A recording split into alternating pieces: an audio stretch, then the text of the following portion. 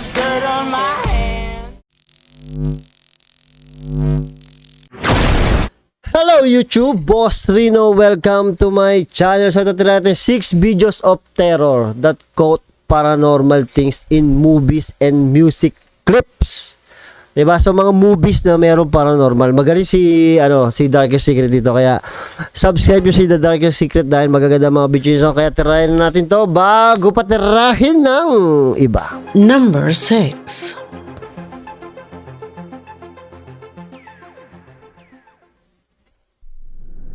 For Pan Nag, as our subscriber calls himself, what you will see below is completely incomprehensible. A behind-the-scenes excerpt from the video clip recorded by the Mexican rock band Los Daniels shows what Pan says is a disturbing being that appears just meters away from the Grabe ang patilya nito oh. Creepy ng patilya niya. musicians, going completely unnoticed by everyone at that moment. I'll leave you with the recording to see if you can catch it the first time.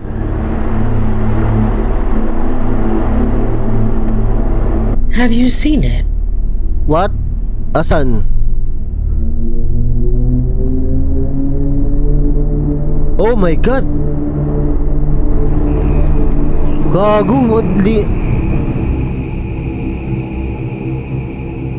Kung hindi pa bilugan, hindi natin makikita, no? It is true that the image goes by very quickly. However, just by slowing down the recording a little, what our subscriber reveals comes to light. Do you notice it? Oh my God. From just being a shadow, it begins to have certain facial features. Features that would surely have intimidated anyone who had noticed. Could it be a being that used the shadow to manifest itself? Tell me what you think.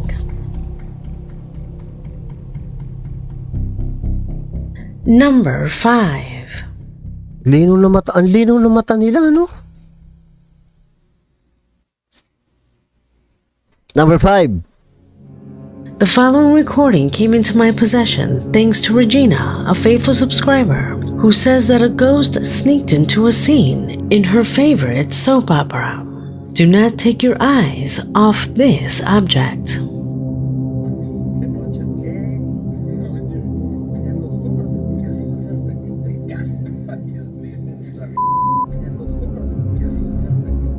Whoa! Gumalaw ang lata.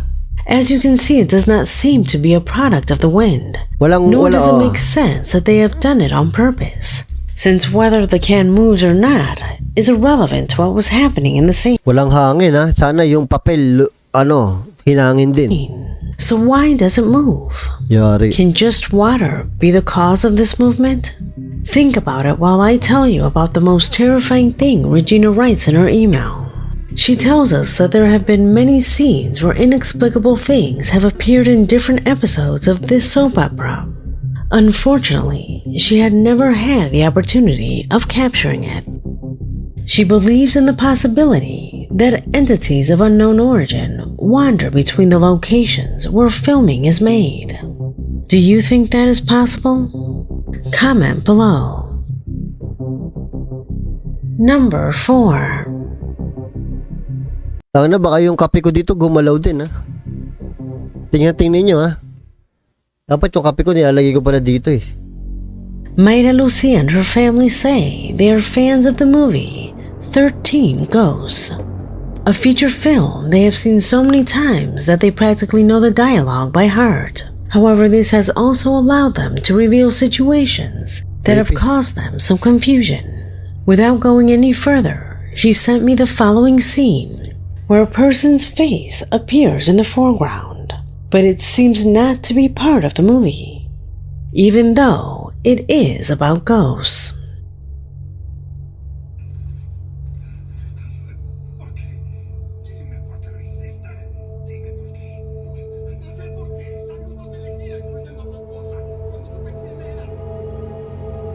Sino si Johnny Depp? Ano yun? May nakasilip?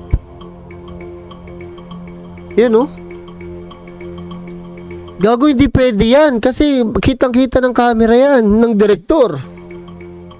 It does not belong to the face of any of the actors, nor does it belong to a person who works behind the camera. Furthermore, if you look closely, that is not a mirror, but rather one of the sides of the furniture installed on the set. It seems to be made of wood that is very unlikely to reflect someone's face so accurately. How does that end up in the final cut? How does it manage to project itself onto the surface? It just doesn't make any sense. What do you think? Comment below. Creepy na matanda eh. Number 3. Something similar to the above happened with the recording that you will see below. It was Maria Reina, a subscriber, who watching the K-drama called The Weight of Love, noticed a disturbing sequence in episode number 8 of said series. What did she notice? I'll let her explain it herself.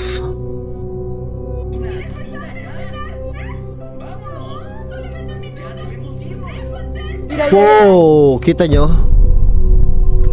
Esa parte se supone que esa cara pues no debe estar o quién sabe qué sea, pero Dapat yung mga ganito hindi nakakawala sa mga editor to eh.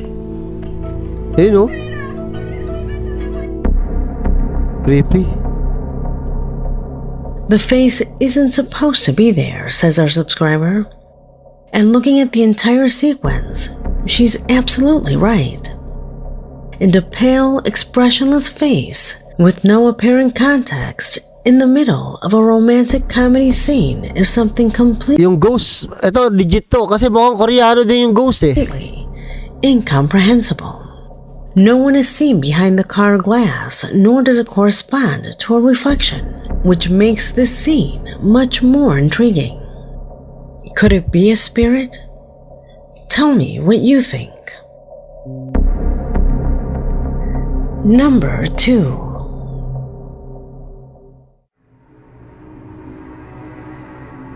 Number 2. Lady Joanna says she is a fan of thriller movies. However, she claims that lately she's not been able to get out of her mind a particular scene she saw in an action movie called The Talisman, Jackie Chan to. starring Jackie Chan. And after the close-up of the acclaimed actor, the camera also manages to capture the presence of someone who, in the words of our subscriber, should never have been there. Observe. Patay ka kay Jackie Chan. Wow.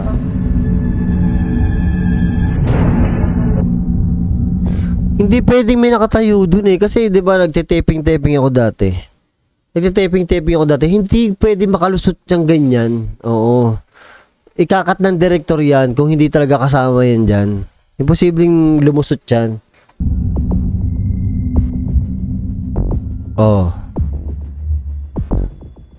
Unless nakasama sa script yun. If you notice, when the actor walks through the door, you can't see anyone behind him.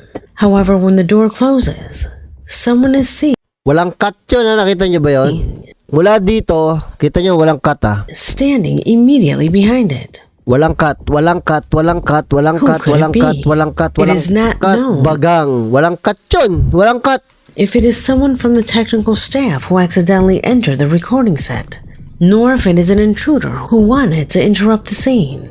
But the most disturbing thing is that when positioned there, the subject remains motionless, as if completely oblivious to what is happening around him, as if he wanted them to see him. Lady is struck by how quickly it appears. Nakatayo na Tell lang me eh. what you think.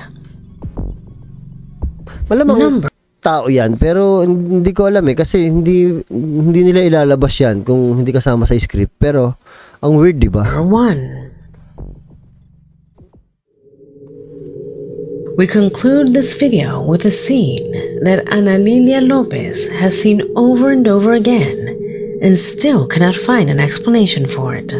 This is downright paranormal. In her email, she says that while watching the Chilean television series Los Pincheira with her boyfriend, she observed in one of its episodes a situation that had nothing to do with the scene that was unfolding. A shadow she describes as an absolutely unknown origin. Pay attention.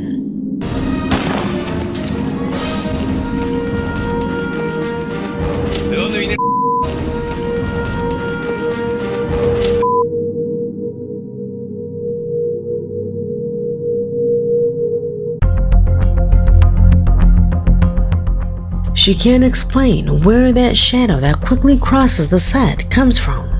It goes by too fast to be the shadow of the Yung nasa horseback dulo, rider, no? Ayan, no? and rather resembles Boom. someone who passes by on a motorcycle. Does it correspond to that?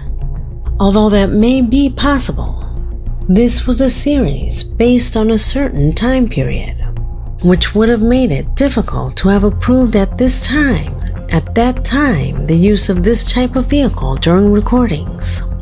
Furthermore, you only see the shadow and not what projects it. What do you think that is? Let me know your guesses in the comment box, as this video has come to an end. Parang motor lang, pero